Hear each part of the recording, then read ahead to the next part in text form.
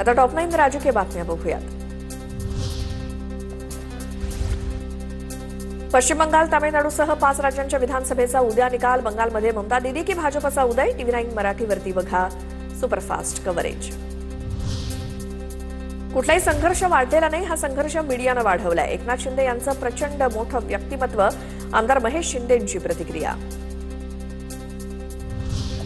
आतापर्यंत उतार खूप बघितले, चढ बाकी आहे.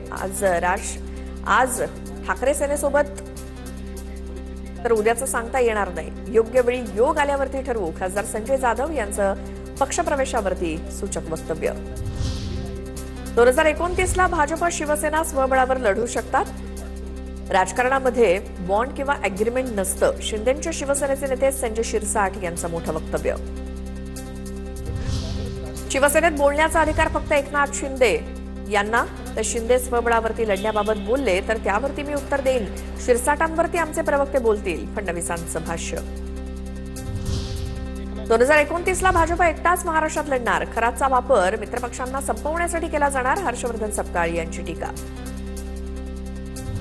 पवार गटाकडनं विलिनीकरणाबाबत केलेल्या वक्तव्याविषयी आपण काही ऐकलेलं नाही. सध्या या मुद्द्यावरती कोणतीही अधिकृत चर्चा नाही.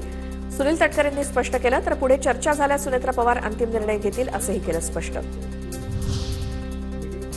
दिल्लीतील भारत मंडपमच्या धर्तीवरती मुंबईतील गोराईमध्ये आंतरराष्ट्रीय दर्जाचं कन्व्हेन्शन सेंटर उभारलं जाणार.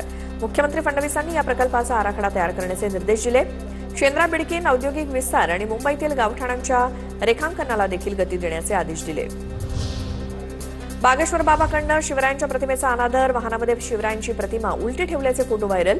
बागेश्वर बाबा पुन्हा वादात अडकण्याची शक्यता.